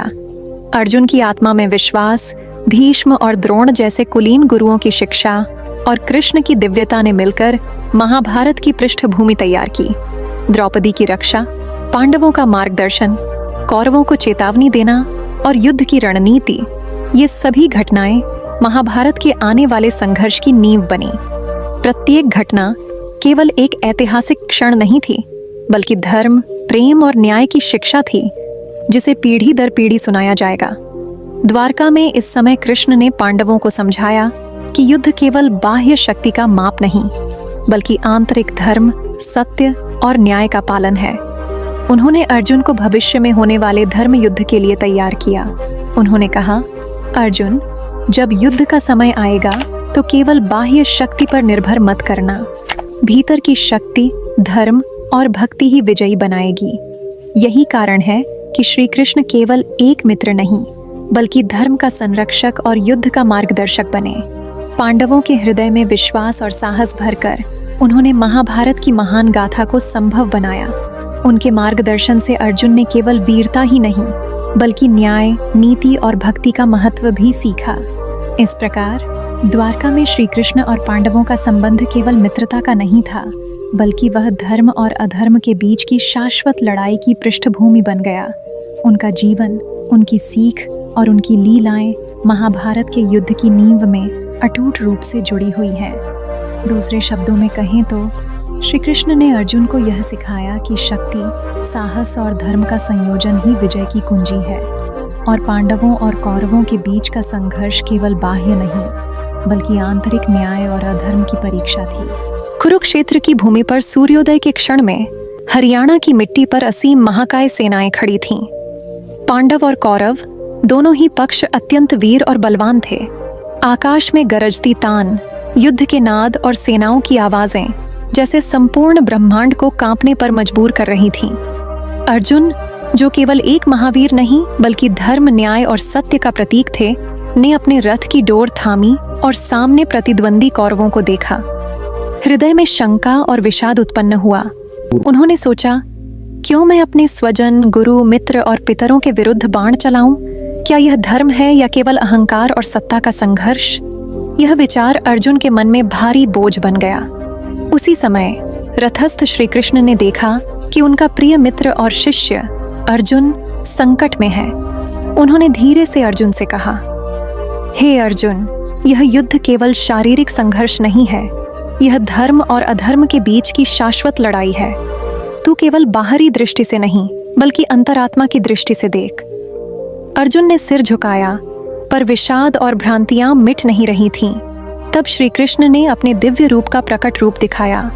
यह स्वरूप केवल मानव ने नहीं देखा था, यह ब्रह्मांड का अद्वितीय रूप था। चारों भुजाएं, अनंत रूप, आकाश और पृथ्वी को आलोकित करने वाली तेजस्विता, भगवान का विश्व रूप अर्जुन के सामने आया। विश्व रूप में अनेक सूर्योदय, अनेक चंद्र, अनगिनत ब्रह्मांड, अनंत जीवधाराएं सब एक साथ प्रकट हुए। आकाश में देवताओं का समूह, ब्रह्मा, शिव और सभी देवता नारायण के चरणों में अर्पित इस रूप में दिखाई दिए। अर्जुन ने देखा कि प्रत्येक प्राणी और प्रत्येक धरा उनके अंगों में व्याप्त है। उन्होंने समझा कि यह केवल युद्ध का समय नहीं बल्कि संपूर्ण सृष्टि का संचालन और धर्म की रक्षा का क्षण है। अर्जुन ने प्रश्न किया, हे परमात्मा, यह विराट रूप कितना भयानक है? क्या यह सब धर्म के लिए आवश्यक है? श्री कृष्ण ने उत्तर दिया, सर्वधर्मान् परित्यज्य मामेकं शरणं व्रज, अहम त्वां सर्व पापेभ्यो मोक्षयिष्यामि मा शुच्च। हे अर्जुन, केवल मुझ में शरण लेने से तू अज्ञान और पाप से मुक्त होगा। यह युद्ध केवल बाहरी नहीं बल्कि आंतरिक धर्म का परीक्षण है। जो सत्य और धर्म का पालन करता है वही विजयी होता है, जो अहंकार और अधर्म में लिप्त है।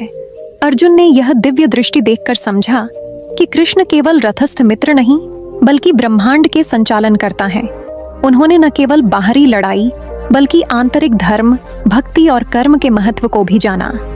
यह वह क्षण था जब अर्जुन के हृदय से संदेह और विषाद धीरे धीरे मिटने लगे। श्री कृष्ण का विश्व रूप केवल भयभीत करने वाला नहीं था बल्कि वह चेतना का विस्तार, धर्म का प्रतीक और जीवात्मा की मुक्ति का मार्गदर्शक भी था। उन्होंने अर्जुन से कहा, हे अर्जुन, तेरा कर्म केवल मेरा आदेश मानकर करो, फल की चिंता मत कर। यही कर्मयोग का सार है। तू शत्रु और मित्र दोनों को धर्म और अधर्म के दृष्टिकोण से देख। यही युद्ध का वास्तविक उद्देश्य है। विश्व रूप का दर्शन अर्जुन के मन में दिव्यता और भक्ति का संचार कर गया। उन्होंने समझा कि केवल शस्त्रों से नहीं बल्कि विवेक, भक्ति और कर्म योग से ही धर्म की रक्षा संभव है। उन्होंने रथ की डोर दृढ़ता से पकड़ ली। अब उनका मन न केवल युद्ध के लिए तैयार था बल्कि आत्मा और परमात्मा के संगम का अनुभव भी कर रहा था। कुरुक्षेत्र की भूमि पर यह घटना केवल युद्ध का आरंभ नहीं थी, यह वह पवित्र क्षण था जब महाभारत की शिक्षा धर्म, कर्म, भक्ति और आत्मा का मार्ग जीव धर्म के रूप में प्रकट हुआ। अर्जुन ने भक्ति, विवेक और धर्म के महत्व को अनुभव किया। उन्होंने यह जाना कि कृष्ण का आदेश और मार्गदर्शन केवल युद्ध की रणनीति नहीं बल्कि संपूर्ण जीवन का आदर्श है। यह विश्व रूप दर्शन, भगवद गीता का संक्षिप्त सार और अर्जुन का विषाद सभी मिलकर महाभारत के युद्ध की पृष्ठभूमि और उसकी आध्यात्मिक गहराई को दर्शाते हैं। यह केवल युद्ध कथा नहीं बल्कि धर्म, भक्ति और ज्ञान का आदर्श है जिसे संपूर्ण जगत ने देखा। श्री कृष्ण ने अर्जुन को समझाया, धर्म और अधर्म के बीच अंतर जानो। आत्मा अमर है, शरीर केवल कर्म का माध्यम है। जो अपने कर्म में निष्काम और मुझ में समर्पित है वह कभी हारता नहीं। अर्जुन ने यह सीख ग्रहण की और अपने हृदय में विश्वास और साहस का दीप जलाया।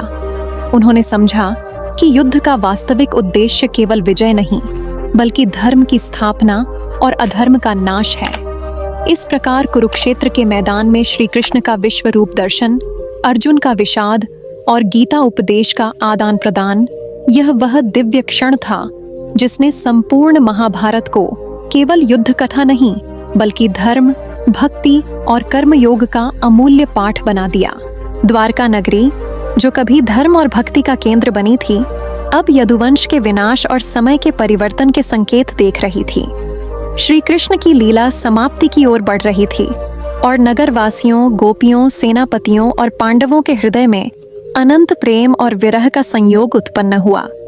यदुवंश, जो श्री कृष्ण के मार्गदर्शन में अजेय और धर्मपरायण रहा, अब समय और नियति के अनुसार समाप्ति के पथ पर था। नगर के प्रत्येक कोने में उनकी उपस्थिति की छाया बनी हुई थी, परंतु वे जानते थे कि यह लीला केवल रूपांतरण का प्रतीक है। श्री कृष्ण ने द्वारका में निवास करते हुए संपूर्ण यदुवंश और नगरवासियों को धर्म, नीति और भक्ति की अंतिम शिक्षा दी। उन्होंने कहा कि संसार का वास्तविक उद्देश्य केवल सत्ता या संपत्ति नहीं, बल्कि प्रेम, भक्ति और कर्म का पालन है। नगरवासियों ने उनकी बातों में आत्मा की गहराई को अनुभव किया। इस समय उद्धव, जो उनके अत्यंत प्रिय शिष्य और मित्र थे, श्री कृष्ण के पास आए। भगवान ने उद्धव को गहन उपदेश दिया, जिसे बाद में उद्धव गीता कहा गया। उन्होंने बताया कि भक्ति, ज्ञान और कर्म का समन्वय ही जीवन का सर्वोच्च लक्ष्य है। उन्होंने कहा कि मनुष्य का दुख और संकट केवल मोह और अहंकार से उत्पन्न होता है, और यदि वह सच्चे प्रेम और भक्ति में लीन हो जाए तो उसके लिए शाश्वत सुख संभव है। उद्धव ने भगवान के हर शब्द को हृदय में अंकित किया। उन्होंने जाना कि जीवन का आदर्श मार्ग केवल शारीरिक दृष्टि से नहीं, बल्कि आंतरिक आत्मज्ञान और परमात्मा की भक्ति से प्राप्त होता है। यह उपदेश सभी पीढ़ियों के लिए अमूल्य बन गया। समय के प्रवाह के साथ श्री कृष्ण ने अपने निवासियों, मित्रों और शिष्यों से अंतिम अलविदा लिया। उन्होंने अपने दिव्य शरीर का संकल्प पूर्वक त्याग करने का निर्णय किया। यह केवल मृत्यु नहीं थी, बल्कि लीला का अंत और उनकी अमरता का प्रमाण था। उन्होंने कहा, हे भक्तों, मेरा शरीर चाहे संसार से विदा ले, पर मेरा अस्तित्व शाश्वत है। मेरी लीला का अंत केवल रूप का अंत है। मेरी दिव्यता और प्रेम सदैव आपके हृदयों में जीवित रहेगा। द्वारका नगरी की भूमि पर जब श्री कृष्ण ने शरीर त्याग किया तो नगरवासियों में भारी विरह और शोक व्याप्त हुआ, परंतु उन्होंने यह भी अनुभव किया कि भक्ति और प्रेम से भगवान सदैव उनके भीतर उपस्थित हैं। बालक, वृद्ध, योद्धा और गायक सभी ने महसूस किया कि श्री कृष्ण केवल शारीरिक रूप से नहीं, बल्कि आंतरिक चेतना में सदा विद्यमान है। भगवान का वैकुंठ गमन, जो कि दिव्य धाम की ओर उनकी यात्रा थी, इस संसार और ब्रह्मांड के लिए एक आदर्श संदेश बन गया। उन्होंने दिखाया कि जीवन और मृत्यु केवल भौतिक घटनाएं नहीं हैं, बल्कि लीला और दिव्यता के माध्यम से आत्मा और परमात्मा का अनुभव संभव है। इस लीला के अंत में द्वारका नगरी का प्रत्येक नागरिक समझ गया कि संसार का प्रत्येक जीव, प्रत्येक कार्य, प्रत्येक संकट सब केवल धर्म और भक्ति की परीक्षा है। श्री कृष्ण का देह त्याग यह बताता है कि प्रेम, ज्ञान और भक्ति का अस्तित्व सदा शाश्वत है और किसी भी रूप में उसका अंत नहीं होता। भागवत में वर्णित यह अंतिम प्रसंग केवल ऐतिहासिक घटना नहीं है, यह जीवन और मृत्यु के रहस्य का ज्ञान है। यह हमें यह सिखाता है कि भगवान की लीला का अंत केवल रूप का अंत है, पर उनका प्रेम, उपदेश और दिव्यता शाश्वत है। यही द्वारका लीला और भगवान का प्रस्थान का सार है। श्री कृष्ण की इस लीला से प्रेरणा लेकर भक्तों ने अपने जीवन में भक्ति, प्रेम और धर्म का मार्ग अपनाया। उन्होंने जाना कि परमात्मा केवल देखने योग्य नहीं, बल्कि अनुभव करने योग्य है। लीला का अंत केवल रूप और दृश्यता का था, लेकिन अस्तित्व शाश्वत है। द्वारका नगरी के प्रत्येक कोने में, हर हृदय में और हर शिष्यों के मन में यह ज्ञान अंकित हुआ कि श्री कृष्ण के संदेश और उनके आशीर्वाद सदैव जीवंत रहेंगे। यदुवंश का विनाश और नगरवासियों का विलाप, उद्धव गीता का उपदेश और वैकुंठ गमन, ये सभी घटनाएं केवल इतिहास नहीं, बल्कि धर्म, भक्ति और जीवात्मा की शाश्वत शिक्षा हैं। इस प्रकार श्रीमद् भागवत महापुराण के दशम स्कंध में श्री कृष्ण की दिव्य लीला का समापन हुआ और यह पाठ शाश्वत सत्य के रूप में संपूर्ण संसार के लिए अविरल प्रेरणा बन गया। श्रीमद् भागवत महापुराण के दशम स्कंध में वर्णित श्री कृष्ण की दिव्य लीला केवल एक व्यक्ति या एक युग तक सीमित नहीं रही, बल्कि संपूर्ण संसार के लिए धर्म, भक्ति, प्रेम और कर्म का अमूल्य संदेश प्रस्तुत करती है। यह कथा पृथ्वी के विलाप से प्रारंभ होती है, जब धरा का बोझ और पापों का भार इतना बढ़ गया कि उसने ब्रह्मा, शिव और अन्य देवताओं से सहायता मांगी। तब परमेश्वर विष्णु ने स्वयं वचन दिया कि वे पृथ्वी पर अवतरित होकर अधर्म का नाश करेंगे और धर्म की पुनः स्थापना करेंगे। इस अवतार का माध्यम बने वसुदेव और देवकी, जिन्होंने अपने जीवन को सच्ची भक्ति, त्याग और परमात्मा की सेवा के लिए समर्पित किया। भगवान श्री कृष्ण का जन्म कारागार में दिव्य ज्योतिर्मय रूप में हुआ। उनके 4 भुजाएं शंख, चक्र, गदा और पद्म दर्शाते हैं कि वे केवल बालक नहीं बल्कि ब्रह्मांड के पालनहार और संहारक भी हैं। बाल्यकाल से ही उनकी लीलाएं पूतनावध, शकटासुर और तृणावर्तवध, यमुना और वृंदावन की अनेक लीला प्रसंग यह दिखाते हैं कि धर्म की रक्षा और भक्तों की रक्षा के लिए उनकी शक्ति अपरंपार है। यशोदा के हृदय में ब्रह्मांड का दर्शन, नंद और गोप बालक के साथ वृंदावनवास और गोपियों के साथ रास लीला, ये सभी लीलाएं केवल मनोरंजन नहीं बल्कि प्रेम, भक्ति और आत्मा के परमात्मा से मिलन का दिव्य संदेश है। कालिया नाग का दमन और गोवर्धन पर्वत का धारण यह सिखाते हैं कि धर्म और भक्ति के मार्ग पर आने वाले संकटों का नाश केवल भगवान की कृपा और शक्ति से संभव है। गोपियों के प्रेम और श्री कृष्ण की मुरली की तान यह दर्शाती है कि प्रेम केवल सांसारिक नहीं बल्कि आत्मा और परमात्मा का मिलन है। रासलीला में श्री राधा का अप्रकट भाव, प्रेम का चरम बिंदु और भगवान का अंतर्धान यह बताते हैं कि परम प्रेम में आत्मा और परमात्मा का अभिन्न संबंध है। मथुरा में कंस का वध, द्वारका की स्थापना और यदुवंश का उद्धार यह संदेश देते हैं कि धर्म की रक्षा और अधर्म का नाश अनिवार्य है। पांडवों के साथ श्री कृष्ण का संबंध, द्रौपदी की रक्षा और महाभारत की पृष्ठभूमि यह सिखाती है कि मित्रता, नीति और धर्म का पालन जीवन के हर निर्णय में मार्गदर्शन करता है। कुरुक्षेत्र में अर्जुन को दिया गया विश्वरूप दर्शन और गीता उपदेश यह स्पष्ट करते हैं कि कर्म, भक्ति और ज्ञान का संयोजन ही जीवन का उच्चतम लक्ष्य है। धर्म और अधर्म की लड़ाई केवल बाहरी नहीं बल्कि आंतरिक आत्मा और परमात्मा के बीच की शाश्वत परीक्षा है। अंततः द्वारका लीला, उद्धव गीता और श्री कृष्ण का वैकुंठ गमन यह दर्शाते हैं कि भगवान का देह त्याग केवल रूप का अंत है। उनके अस्तित्व, प्रेम, उपदेश और भक्ति का प्रभाव सदा शाश्वत रहेगा। लीला का समापन हमें यह सिखाता है कि भक्ति, धर्म और प्रेम की शक्ति से ही मनुष्य जीवन में सत्य, न्याय और आत्मिक शांति प्राप्त कर सकता है। श्रीमद् भागवत महापुराण में वर्णित यह संपूर्ण कथा यह संदेश देती है कि जीवन केवल भौतिक संघर्ष और सुख दुख तक सीमित नहीं है।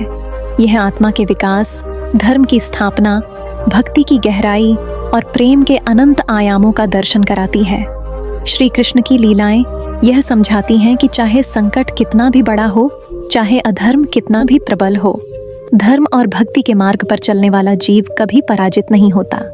भगवान का प्रत्येक रूप, प्रत्येक लीला और प्रत्येक उपदेश यही सिखाता है कि जीवन का उच्चतम उद्देश्य केवल भौतिक नहीं बल्कि शाश्वत सत्य, प्रेम और परमात्मा से मिलन है। इस प्रकार श्री कृष्ण लीला का संपूर्ण सार यह है कि धर्म, भक्ति, प्रेम, कर्म और ज्ञान के मार्ग पर चलने वाला जीव न केवल स्वयं मुक्त होता है बल्कि संसार में सत्य और न्याय की स्थापना का माध्यम भी बनता है। लीला का अंत केवल रूप का था, परंतु अस्तित्व शाश्वत, प्रेम अनंत और शिक्षा अमूल्य बनी रही। यह कथा आज भी प्रत्येक भक्त के हृदय में जीवन, भक्ति और परमात्मा के प्रति गहन श्रद्धा और प्रेम का संचार करती है। दोस्तों, इस दिव्य कथा से हमें यह सीख मिलती है कि चाहे जीवन में कितने भी संकट क्यों न आए, भक्ति, प्रेम और धर्म का मार्ग अपनाने वाला कभी हारता नहीं। श्री कृष्ण ने हमें दिखाया कि साहस, सच्चाई और अपने कर्म में समर्पण ही जीवन की सबसे बड़ी शक्ति है। तो आज से अपने जीवन में भी ये प्रयास करें कि हर कार्य निस्वार्थ और धर्म पूर्वक हो। अपने भीतर के डर और संदेह को छोड़कर प्रेम, भक्ति और ज्ञान से जीवन को उज्जवल बनाइए। अगर आपको ये कथा पसंद आई और आपने इसमें प्रेरणा महसूस की तो कृपया इस वीडियो को लाइक करें, अपने दोस्तों और परिवार के साथ शेयर करें और हमारे चैनल को सब्सक्राइब करना ना भूलें। इसी तरह हम आपके लिए और भी दिव्य और प्रेरणादायक कहानियाँ लाते रहेंगे। याद रखिए, भगवान की लीला और उनके संदेश सिर्फ सुनने के लिए नहीं बल्कि जीवन में भी अपनाने के लिए है। इसलिए जुड़े रहिए और अपने जीवन में भक्ति और प्रेम की रोशनी फैलाइए।